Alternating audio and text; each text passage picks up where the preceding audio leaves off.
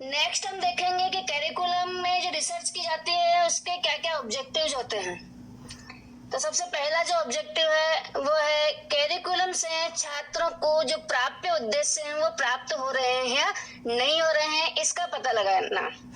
तो रिसर्च करते हुए करिकुलम का जब हम रिसर्च करते हैं, अनुसंधान करते हैं, तो इसका हमें पता चलता है कि जो प्राप्य उद्देश्य हमने लिए हैं, जो अपेक्षित व्यवहारगत परिवर्तन हम बालक में लाना चाहते हैं, वो हो रहे हैं या नहीं हो रहे, बालक अधिगम कर रहा है या नहीं कर रहा है।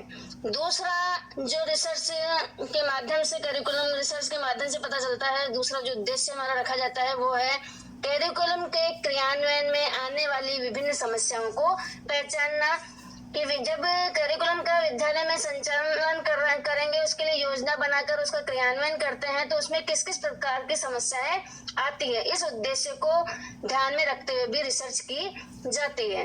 नेक्स्ट जो रिसर्च का ऑब्जेक्टिव है वो है छात्रों को सीखने हेतु विभिन्न नई नई जो टेक्निक्स है उसका उपयोग करने हेतु प्रेरित करना। तो रिसर्च के माध्यम से ये भी पता लगाया जाता है कि विभिन्न टेक्निक्स को छात्र किस प्रकार से सीखने में उपयोग में लेवे। नेक्स्ट है करिकुलम में विभिन्न दोषों की पहचान करना। हमारा जो पाठ्यचर्या है जिसका निर्धारण किया गया है उसमें विभिन्न प्रकार के कोई दोष रह जाते हैं, तो वो दोष कौन कौन से हैं जिनका की समाधान करना हमें आवश्यक है, ये भी रिसर्च के माध्यम से ही किया जाता है। तो इस उद्देश्य को ध्यान में रखते हुए भी रिसर्च की जाती है।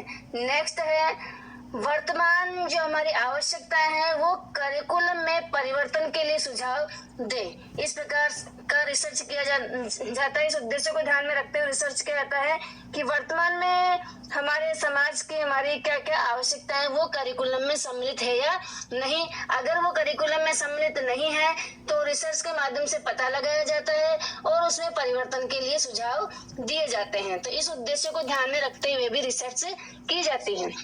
नेक्स्ट जो ऑब्जेक्टिव है हमारा वह टीचर एवं स्टूडेंट को टीचिंग लर्निंग प्रोसेस में सुधार के अवसर प्रदान करना। जब रिसर्च के माध्यम से पता लगाया जाता है कि टीचिंग लर्निंग प्रोसेस में समस्या आ रही है, टीचर की तरफ से आ रही है या उस स्टूडेंट्स की तरफ से आ रही है, तो उनके लिए उन्हें विभिन्न प्रकार के सुधार के अवसर भी प्रदान किए जाते हैं। तो इसके लिए रिसर्च के माध्यम से ही पता चलता है। तो ये विभिन्न जो उद्देश्य हैं इनको ध्यान में रखते हुए और करिकुलम का रिसर्च किया जाता है।